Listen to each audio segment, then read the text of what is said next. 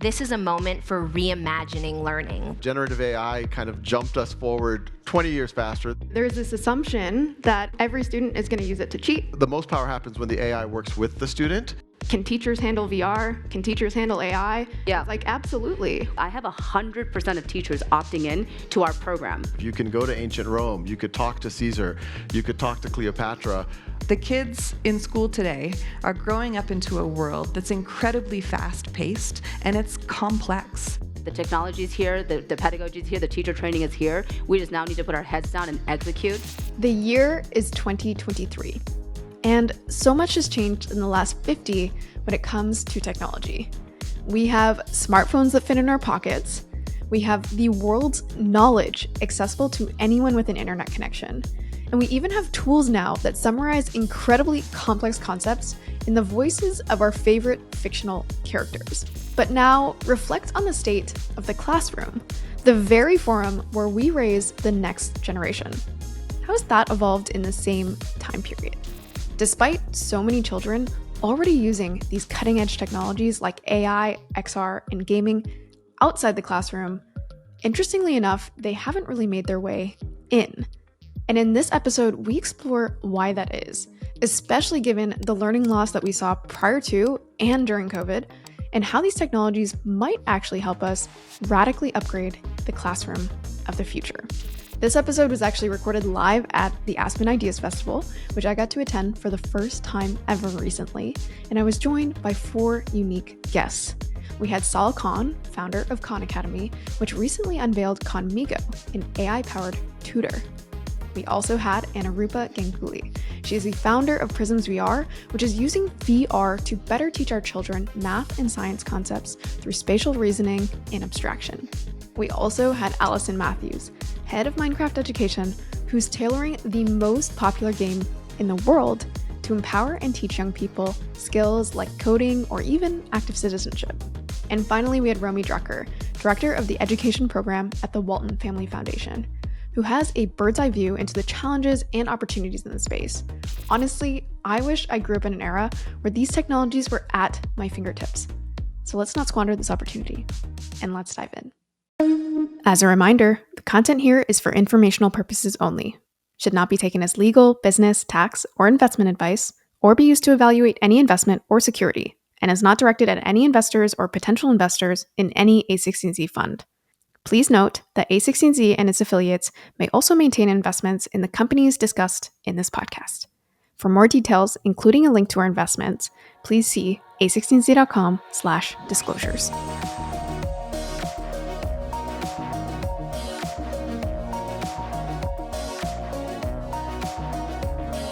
All right, welcome everyone. Welcome to Classroom 2050. Welcome to our classroom for the next 50 minutes. I'd love to just start by getting a pulse from the room. How many of you are excited about new technologies like AI, XR, extended reality, gaming? Let's put your hands up. Who's excited? Great. Now, how many of you, keep your hands up and then put them down. How many of you feel like these technologies have successfully made it into the classroom for the better? Put your hand down if you don't think they've made it there. Keep it up. I only see a few hands still up there. But luckily, we have some wonderful founders today who are working on exactly that problem, figuring out how we elevate the classroom after it's been relatively stagnant, quite frankly, for many years. And to kick things off, let's really ground ourselves on where we are. Romy, maybe you can help us here. What is the data saying in terms of the student experience? What are kids really facing? How can we really get a better understanding of that? Thank you so much, Steph, for being here and moderating this discussion. As many of you know, the pandemic was a huge setback in education, and it exacerbated and widened already deep inequities. We know from data that came out last week that math achievement levels are the lowest they've been in this country since 1990. And literacy achievement levels are the lowest they've been since 2004.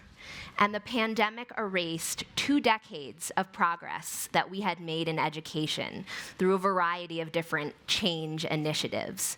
So we have a lot of work to do. The good news is that students, families, and educators agree that this is a moment for reimagining learning, both embracing technology, but also thinking about how we strengthen relationships in classrooms, how we better support student well-being to address the mental health crisis. Thank you, Romy. And Arupa, I want to move to you. What will it take specifically to develop the next generation of STEM talent? I know you have some data there. Give us a grounding there in terms of what that will really take and what we're seeing up until now. Absolutely. I discovered that the top indicators of success in post-secondary STEM is number one, your ability to think spatially. The Soviets had first discovered this in the 1970s, so if you kind of like think about a rough definition, it's your ability to rotate 3D objects in your mind and maintain perspective of that object. The second top indicator of success in post-secondary STEM is your ability to abstract. And when I say abstract, I don't mean looking at word problems, talking, drawing diagrams and visualizations, creating charts and tables, and creating equations, because those are all 2D representations of thought. Abstraction is Isaac Newton. He was sitting under a tree, an apple fell. He's like, whoa, how do I ascribe language, notation, and build mathematical models of this physical experience? So I started Prisms 3 years ago to scale these best practice methodologies. How do you immerse children in problems in the first person, create the intellectual need for why they have to learn something, and then through building a solution to that problem, learn the math and science that you need to. So how does Prisms work? We utilize virtual reality. So students put their VR headsets on, their mobile VR headsets, and they're transported to a world. It is my mission and commitment that when kids see math problems in math class, they should not be like, that's not a real problem. No one really important is actually solving it. They should go, I heard that in the news. I know absolutely that very smart people are working on this, building mathematical identities from a very young age, and this belief that I can contribute to the mathematical sciences. So that through line of going from physicality, simulations, data visualizations, charts, tables, equations is really scalable. It's most of secondary math and science. So we've built out all of Algebra 1 geometry, middle school math, Algebra 2 pre-calculus. We'll be pushing into all of higher ed very soon. I mean, we have so much to dig into there. And by the way, we didn't have a chance to call this out, but we wanted, there's many ways that people learn, and instead of talking about the technologies that these wonderful founders are building, we wanted to make sure you had a glimpse into really what we're talking about here. And so we've talked about different technologies. So this is a glimpse into VR. One of the other technologies entering the classroom is AI, one of the topics of the year. So Sal, why don't you talk to us about what you're building there? And of course, we'll also pull up, some of the technology that you're building. Yeah, so, Khan Academy's been around a little while now, and most folks associate us with videos, but most of our resources have been around personalized practice. I'm kind of a traditionalist and a progressive, where I say, well, but there's also just gaps in students' foundations. The number of times that I've gone to like a 7th grade math classroom, this was recent, I was in the Bronx, they're working on Khan Academy, the kids were doing exponents, and it was like something to the 3rd to the 7th power, so it's to the 21st power, 3 times 7. I saw an 8th grader grab a calculator for that. I literally slapped their hand, I'm not sure if you're allowed to do that. But I slapped their hand. I'm like, what's 3 times 7? And I saw the 8th graders start to do this. And that's just a very basic example of like there's massive fluency gaps in students and just some very basic, and it's causing too much cognitive load. So that's where Khan Academy started is, hey, can we give people as much practice, learn at their own time and pace? You're a teacher with 30 kids, but there is a way that all 30 kids can go at different paces. You as a teacher can understand where the kids are. And the students have multiple shots at goal in order to understand those underlying skills. That's what we've been working on for 10 plus years, and I'm happy to talk more about it, but we're seeing some very promising results pre-AI. But then last summer, OpenAI reaches out to us. This is obviously months before ChatGPT and all of that, and they said, hey, we're training our next generation model. It was GPT-4. For those, when ChatGPT came out, it was based on GPT 3.5. I was skeptical because I had been paying attention to previous generations of these models, but when we started playing with GPT-4, we said this one's different. This one, you can actually get it to act as a tutor. It still had issues around hallucinations, which is when the AI just makes up facts. It still has, that is the technical term for it. It had issues when it came to math, which obviously, we don't only do math, but math is very close to our heart, and it's got to be accurate. But we were worried about guardrails, or what if students use it for negative things, or they go into some type of weird rabbit hole. So we said, can we put guardrails around it? So we started working pretty aggressively. We were under NDA with OpenAI since last summer. Then ChatGPT came out, and we weren't going to launch our thing until the GPT-4 launch in March. And I remember telling Greg Brockman, like, hey, I thought we were waiting. He's like, no, ChatGPT is nothing new. It's just a chat interface on top of GPT 3.5. And that captured everyone's imagination. And it kind of immediately put a bit of a bomb into the education system, where everyone was like, oh, kids are going to use this to cheat, write their essays, and by the way, it's bad at math, and it makes up things, et cetera, et cetera. I was initially bummed, because like, we're working on what I think is a reasonably thoughtful solution here. Now this thing just gets thrown out into the universe, and it's just everyone's first impression is going to be AI plus education is really bad.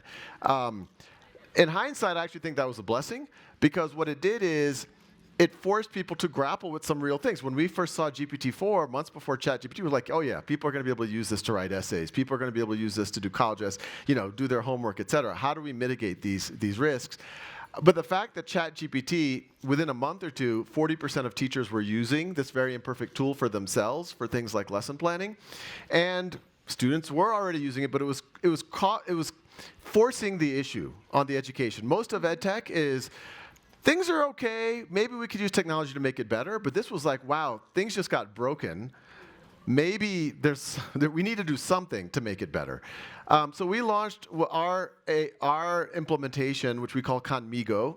We've always tried to approximate personal tutoring at Khan Academy through videos and exercises, but I think generative AI kind of jumped us forward 20 years faster than I thought, if you had asked me a year ago, where it can act as a tutor, and maybe just as interestingly, act as a teaching assistant to help generate lesson plans, help refresh a teacher's knowledge, create rubrics, et cetera, et cetera. And that last screen you just saw, it was actually in Spanish as well. It works in every major language, which by itself already solves a major issue, where you can be doing your work in English, but get help in Brazilian Portuguese, in Spanish, in Vietnamese, whatever language you need that help in.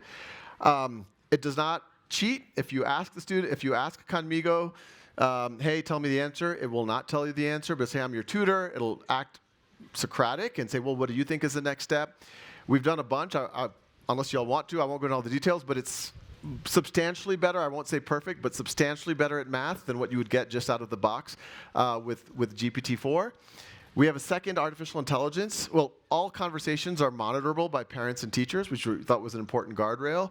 And then we have a second AI that monitors the conversations. Founders so far have talked about maybe how we're early on. There are misconceptions, misperceptions from whether it's students, teachers, people in school boards about welcoming this technology. So I want to get into those conversations too. But Allison, please, give us a glimpse into the world of gaming, because that is a form of technology that has immense growth as well, just like AI and extended reality, but maybe isn't met with the same level of open arms. So would love to hear what you're building. Yeah, for sure. Minecraft is an immersive 3D virtual space that's filled with beautiful biomes and all kinds of animals.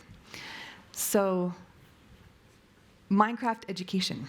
We built, on top of that wildly popular video game, a powerful teaching and learning platform by putting safety, security, privacy features that educators need and parents expect on top, as well as an in-game library that's full of learning experiences, from learning to code and math, history, literacy, but all the way to learning how to be a more active citizen, or learning about climate change.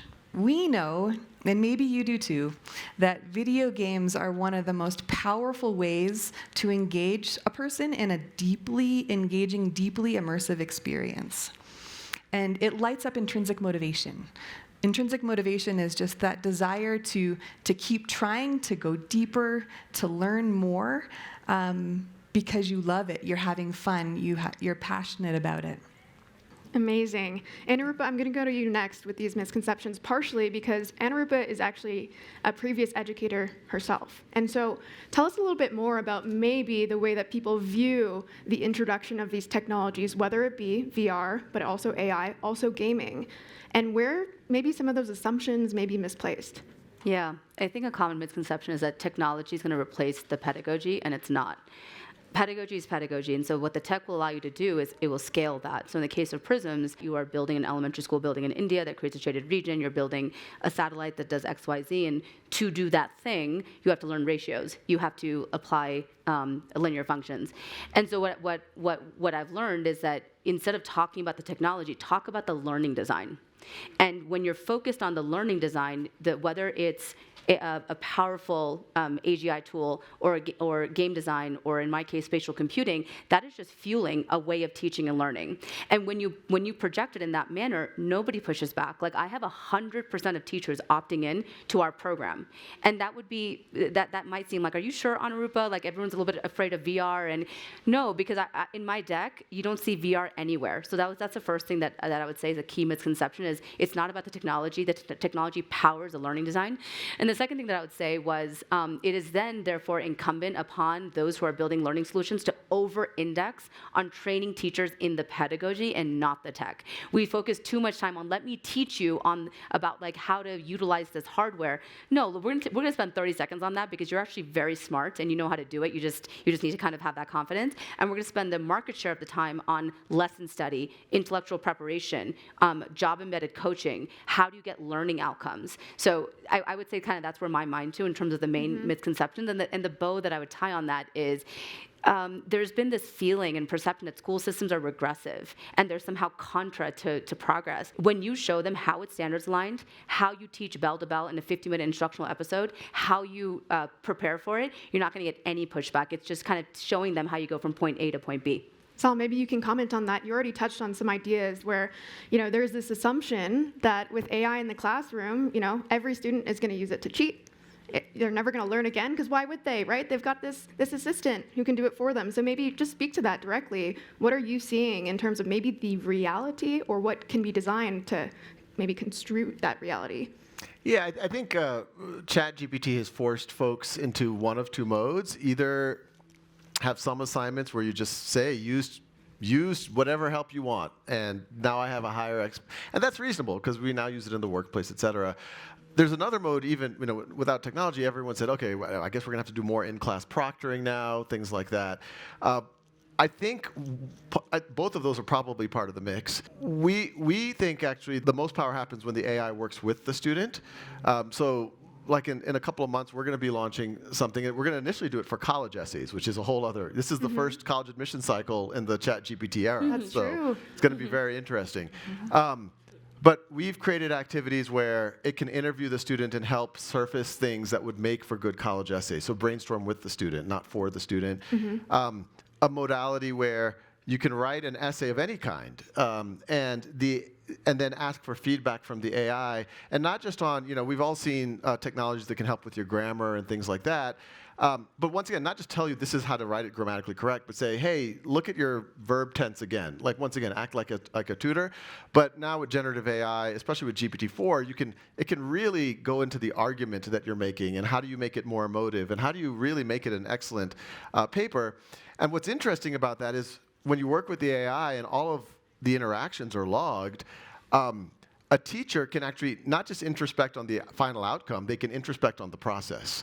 So we're building a mechanism right now where the teacher can assign through the AI, hey, I want everyone in my 11th grade AP American History course to write a paper on how the world would have been different if the American Revolution didn't happen, or I don't know, something. And then every student will be able to work on it with Conmigo, and Conmigo will be like, okay, do you think that really backs up your argument? How about this? Like, they're riffing together, which I think will be a better experience for a lot of students. And then even while that's happening, the teacher will be able to talk to Conmigo. It's like, okay, what's everyone up to? And says, okay, I've already started, this student is doing great. This student seems kind of stuck. This student just copied and pasted something in there. I don't know where it came from. We might want to double click on that. Maybe they're using ChatGPT.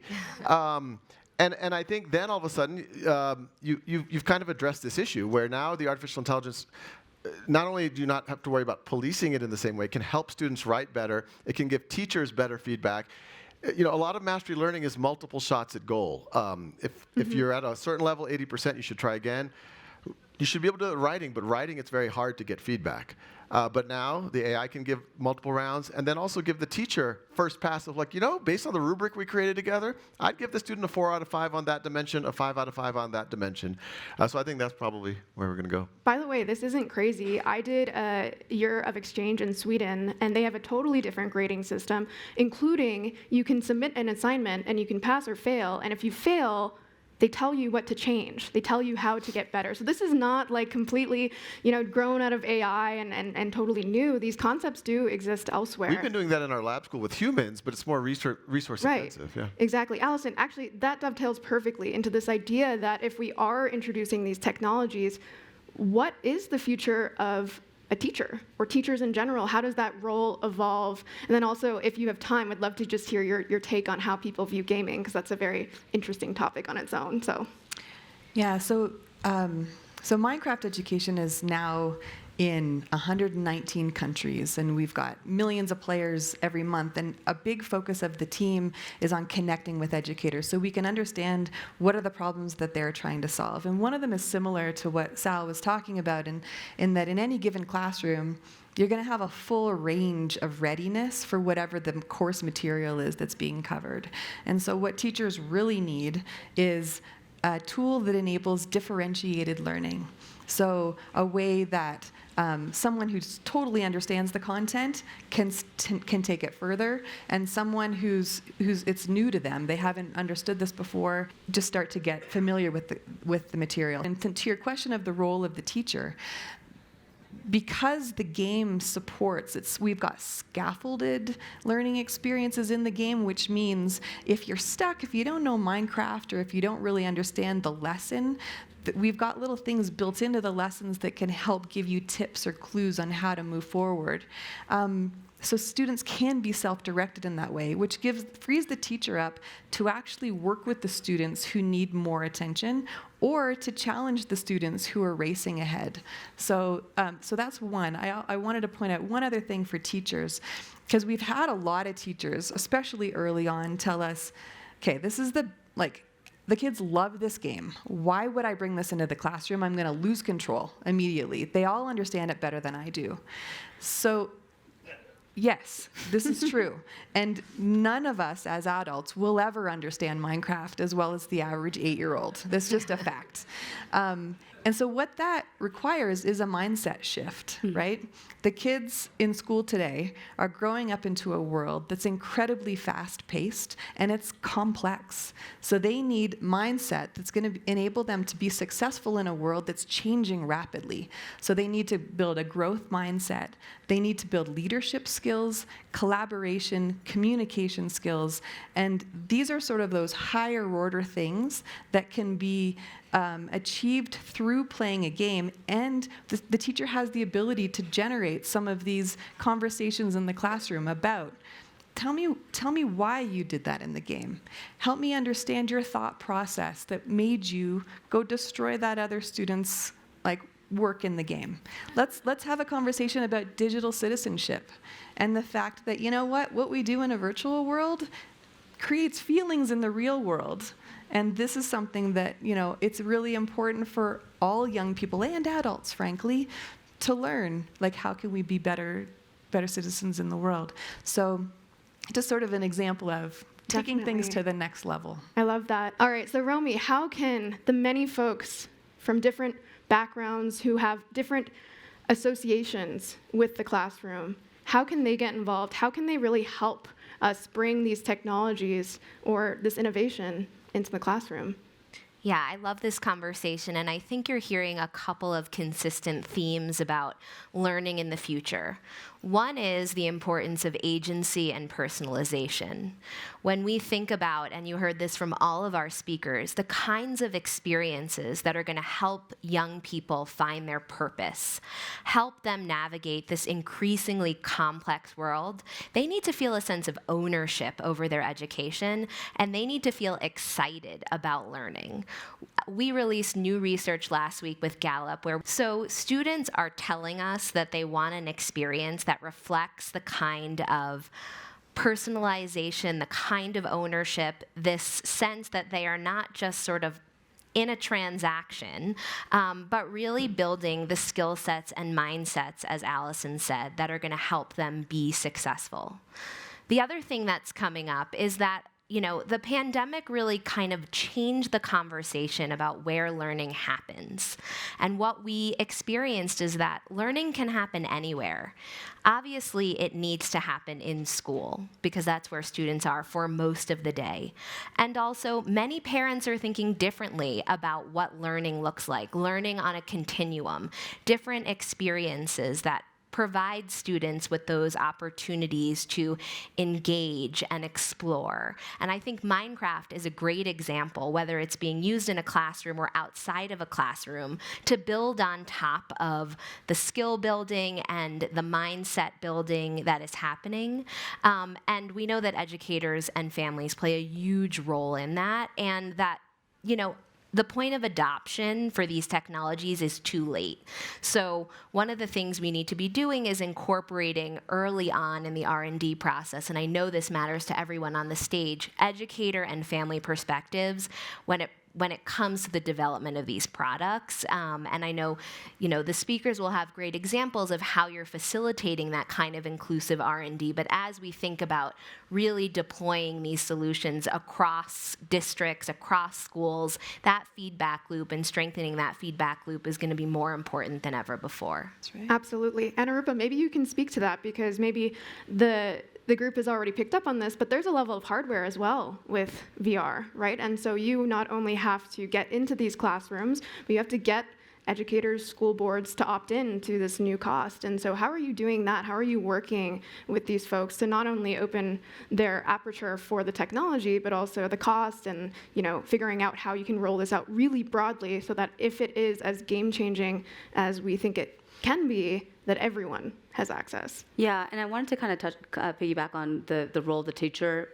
Please, before yeah. transitioning to this, is that I was a math director for many years, and at NCTM, we've been talking about student-based learning, problem-driven learning, discourse for decades. So what's been really fun is that the role of the teacher isn't changing at all. She's just now able to do it. What was happening before is we were telling them to do discourse, we were telling them to do PBL, and the tools that she had were not amenable to that. So what's so great about going back to the question of adoption is when we go in, we're like, nothing is changing. You as the great teacher, you are launching an activation conversation. You put your headset on and they start working. Teacher has a web-based dashboard. So she's monitoring and providing feedback. So when we share this pedagogy, school boards are like, that's exactly how we wanted to teach. How do we do that? Oh, by the way, there's a hardware investment. Well, how much? Well, VR isn't for every day. VR has a very specific role in the curriculum. All the other resources that we have, the wonderful computer software that's been built and evolved over the past couple decades, that's great. It just needs to be founded in something that's really real world and visceral for kids. So VR is only the first 2 days of a unit of study. Tells you why you're learning what you're learning. It helps you derive a mathematical construct through a series of physical and tactile experiences. And then once that's done, those Cardiff headsets can go to the next classroom. So we're deploying at about a 15-to-1 ratio at present. As we create more and more content, that might need to come down to 10 and potentially 5 over time. But that's really been the sell. And so I don't know if that kind of gets to the heart of the question, but we're selling a vision that is not new. People have always wanted to teach this way. We are now providing the hardware, and the hardware wasn't available 5 years ago. So for those of you, I had a DK1. I'm a big VR enthusiast. If you guys have been following, a few years ago, it was not standalone. There was a bulky umbilical cord, these big pieces of hardware. Movement tracking was bad. Hand tracking wasn't there. Eye tracking, it was uncomfortable at best, right? That's not the case anymore. There's a psychological safety and a comfort that kids have. Kids, most of them have the Quest at home. So when they come in and they see the Quest and the Picos in schools, I cannot tell you if I had a nickel for the number of times kids have said, finally, you guys are coming into the 21st century, because they get to see the tech that they have at home in their classrooms.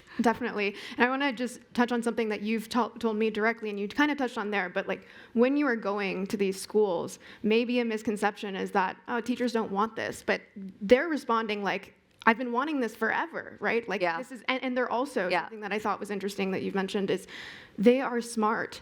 And there's this maybe misconception around oh, can teachers handle VR? Can teachers handle AI? Yeah. It's like, absolutely. Well, like it's what happened with like many teachers who held lower expectations for their kids of like, oh well, like we don't know if the kids can do it. Same thing with district leadership. The number of times the superintendent has told me like my teachers can't do this, I'm like, put your teachers in front of me. And I'm going to say one example and then tie a bow. But Humble ISD, small 45,000 student district in Texas. They were like, only a small group of my teachers are going to want to use this.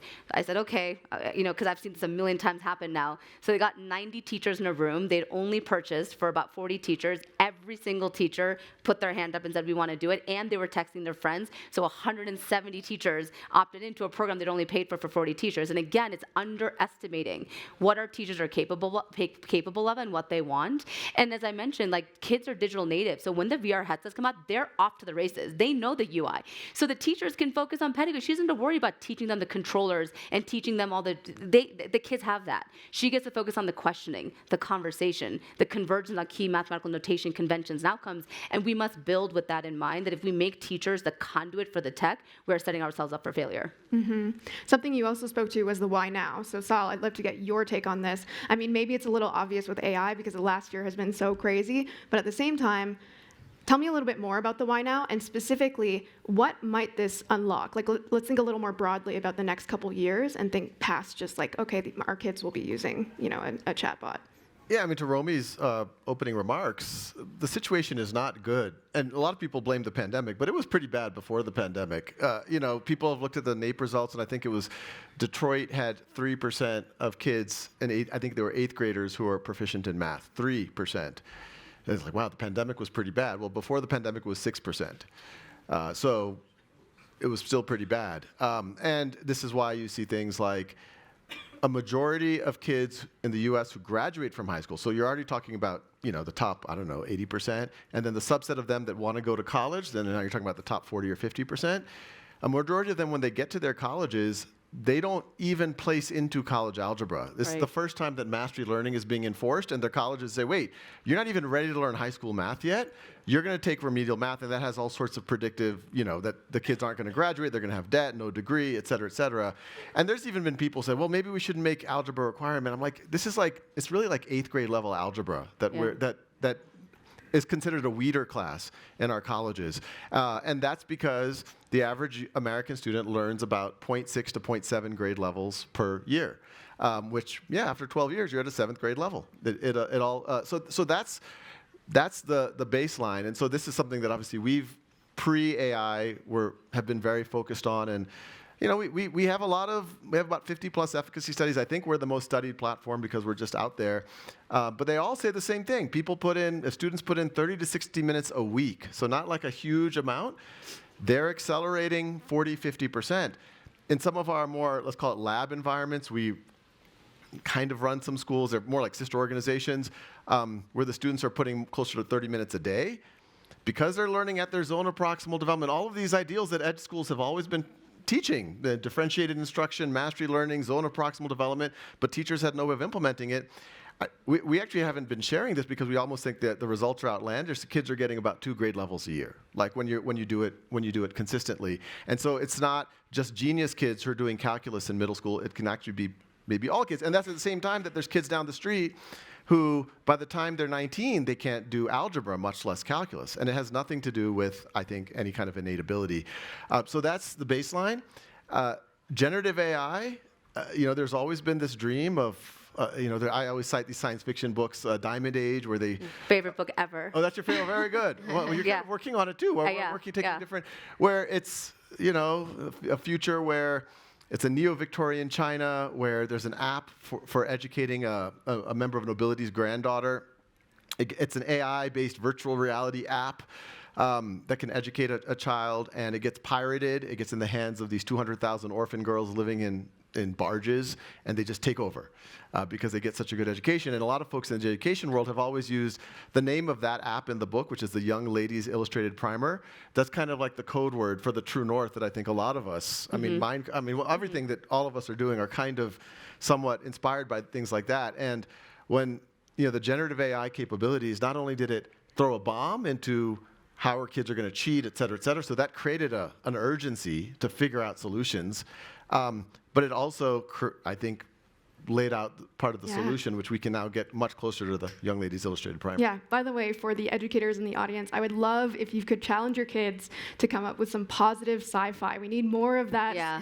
Technology, Yeah. as you know, it's inevitable and it's natural for us to, Yeah. you know. I want to say picture the one thing worst. to that. It's one of my favorite books because the author is making a case for like one of the most important qualities that young girls should have. And if you were to take a guess, what would that be? If you were to teach your young girls anything, what would that be? Take risks. Yeah. The book makes the case for subversion, and it's incredible. It changed my life. I read it when I was a teenager before I went to college. So thank you for referencing that. You're right. That's exactly what we're all kind of building towards.